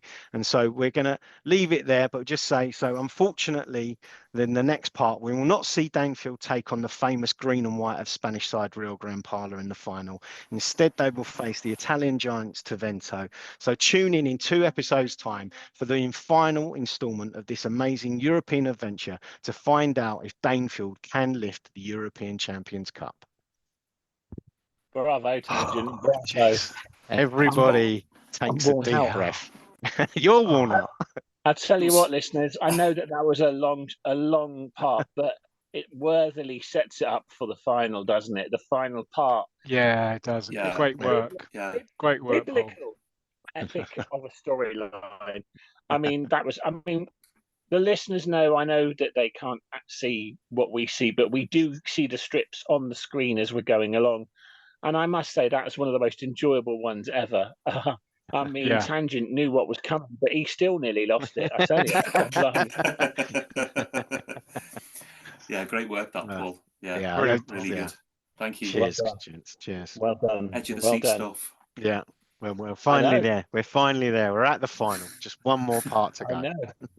You know, listeners around the world are now breathing a huge sigh of relief that there's only one more to go. Yeah. And when I say there's only one more to go, that will then mean that he'll take a week off from a section and then come up with another 62-part thing. So look forward to that. But yeah, should we quickly move on to should we move on to what's coming up in episode 70 and 71, gentlemen? Yeah, go on. Well, first of all, 70, I'll hand over to you, Matt, because this is your little baby. What's happening in episode 70? Yeah, so in a few days' time, we're going to put out a special episode 70, and that's the interview with Giles Curran, broadcaster, journalist, obviously Times 70. 70, yeah. Yeah. Times journalist, Wow. obviously Giles mentioned the podcast in the Times in his column just before Christmas, after I sent him a copy of the 1982 Christmas edition of Roy the Rovers. So it was great of him to come on the show, and yeah, we've recorded an interview and we'll pop it out during the week. Yeah. Extra special bonus episode for the listeners there. And of course, episode 71 will be 2 weeks today. And so all coming up, but just very, very tangent. What's coming up with you, episode 71, even though we already know? Yeah, it's part 5 and the final part. We're going to see Danefield United take part in the European Cup final against Italian giants Tavento. Ridders, we already know, but just remind the listeners what you're doing episode 71. Yeah, it'll be part 3, final part of our look at the challenge, and we'll find out how Mike Preston's team get on in their challenge match against London United. 2 big matches then next episode. Massive Yeah. cup final. Yeah, it's gonna be like a final grandstand, isn't it? Yeah, exactly. Super Sunday. I know, we'll have to come in 4 hours before. We'll get you Stan Boardman, Bernie Clifton, you know. Player profiles. Yeah, exactly. Desmond Lyden, all right, sit down by the fire, Desi here, all right. That wasn't a bad impression, really, was it? Well, that was good, that Gull. Yep. Thank you very much. It was Des line, wasn't it? Yeah. I think it was. So yeah, it was Des Line. And am I right thinking, Matt, that you'll be doing a section on Roy Race in Gull? Yeah, should be. Yeah, if it's not next time, it'll be the time after. But yeah, hopefully, yeah, next time. Yeah, I've got that ready to go. There's a lot of research to do on that one, Matt. A lot of research, many hours. Yeah. Forward to that. And yes, and I shall hopefully be doing some of the things that I've had lined up for a while in the next few episodes too. So look forward to that. Okay, can we do the socials? Yep. So I'll do the Facebook site. So we've got the Roy the Rovers. Matt. Why don't you do the Facebook site? Thank you. I went too soon, didn't I? Went too soon. Yeah. Episode 69. Got too excuse excited. me, Matt. Gull is hosting this. Don't you dare make up your own mind what's next on the agenda. What was I thinking? Yeah, so you can contact us on the Roy the Rovers 40 years after Facebook site, and also the Champ We Are United and Football Picture Story Monthly Facebook site as well. So you can find us on there. Thank you. And then I'll come in. Actually, no, I won't, because there are 2 other people. So who wants to do what? Yeah, look at Tangent's face. He's panicking already. Well, I'll do the pro board, so I don't mind doing that. So the how this podcast started and the forum and the pro board. So the address is weareunited.proboards.com, and I think we say every podcast there's 50,000 posts on there, ranging from all your football comic knowledge to things like Scream and Doctor Who. Please log on and have a look. There's so many discussion points there. I'm sure you'll be able to find, if not 100%, but 99% of all the answers to the questions you might have on your comic world and collection. Thank you very much. I'll be kind to Ridders. Who wants to do the X address? Do you want to do it, Ridders, or shall I give it to one of the others? No, I think I know it this week. So go on then. You do it then. No, I'm kidding. Go on, Ridders. So you can get us on Twitter now called X, and our Twitter handle is @champ_ARE. So it's @champ_ARE. I repeated it in case you didn't get it first time. Yeah, no, brilliant. Nice, smooth. Oh, well I should played. rehearse that bit. Dearly me. Exceptional dart throwing there from Ridders. Well played. And I'm Thank actually you. going to actually add a fourth thing. Can you believe it? I know they weren't expecting this, but give the people what they want. Of course, this is episode 69. Oh no, yes. You want to listen of the previous 68 episodes, and my God, they're good. Well, some of them are crap, but a lot of them are really. I'm only kidding. They're all brilliant. You can, especially on Spotify, but whatever. I don't even know because I don't even understand technology. But whatever platform provider you get, whatever, bladdy blah, you can listen to any of the previous 68 episodes. And I tell you something, there is some fantastic stuff. We've had brilliant guests. You know, Barry Tomlinson, David Skew, Pete Nash. So many more. Yeah, you can do that. Brilliant. I was convincing myself then. Great So stuff. there you go. That's how you can get in Do you contact. know what, Gull? You did such a involved. great job. That's I it. might go back and listen to some of those. Do you know what? Wow. You know, that's back when you went on them. You should listen to that. No, seriously. I know you have listened to all of the episodes because just like your comic collection, you have everything. You are the internet. Yeah, I wish. But thanks, Gull. Should we do the goodbyes? Yep. Yeah, don't nod. Yeah. That's not Well, good, it's on goodbye from me. I hope everybody's enjoyed the latest instalment of the Danefield European Cup run. I'm really enjoying the challenge as well, Ridders, and looking forward to the next special episode with the interview, and then obviously back in episode 71 for the final part of the Danefield. So cheers, folks. Speak to you soon. So, tangent, Paul. Yeah, do you wanna do your goodbye? Oh. Ridders, what about you? Yeah, really enjoyed tonight. Good features, everyone. So yeah, goodbye from me. Hope you enjoyed it, guys, and I'll see you on the next one, whatever the number is. Thank you. It gets Thank all you. confusing, doesn't it? It does for me, yeah. You miss an episode, you come back, you think you're on episode 12. And finally, Matt. Well, not finally, because of course I'm here too. I nearly forgot myself then. Matt, your turn. Yeah, good night, everybody. Yeah, really enjoyed it today. Some good stuff, and looking forward to the next few episodes. And for myself, Gull, can I just say I appreciate all the hard work that the rest of the team put into all of our podcasts and sections and research. It is appreciated, and I know that the listeners are very much appreciate it from the feedback and the Melvin musings that we get. So from me, Gull, I hope you enjoy this one, and I hope you enjoy the special episode in 4 or 5 days. Look out for that one. It's the interview with Giles Corrin. But for now, from episode 69, and there weren't enough jokes that were rude enough for me in this episode. Well done, everybody. It's a goodbye from the team and myself, and we'll see you soon.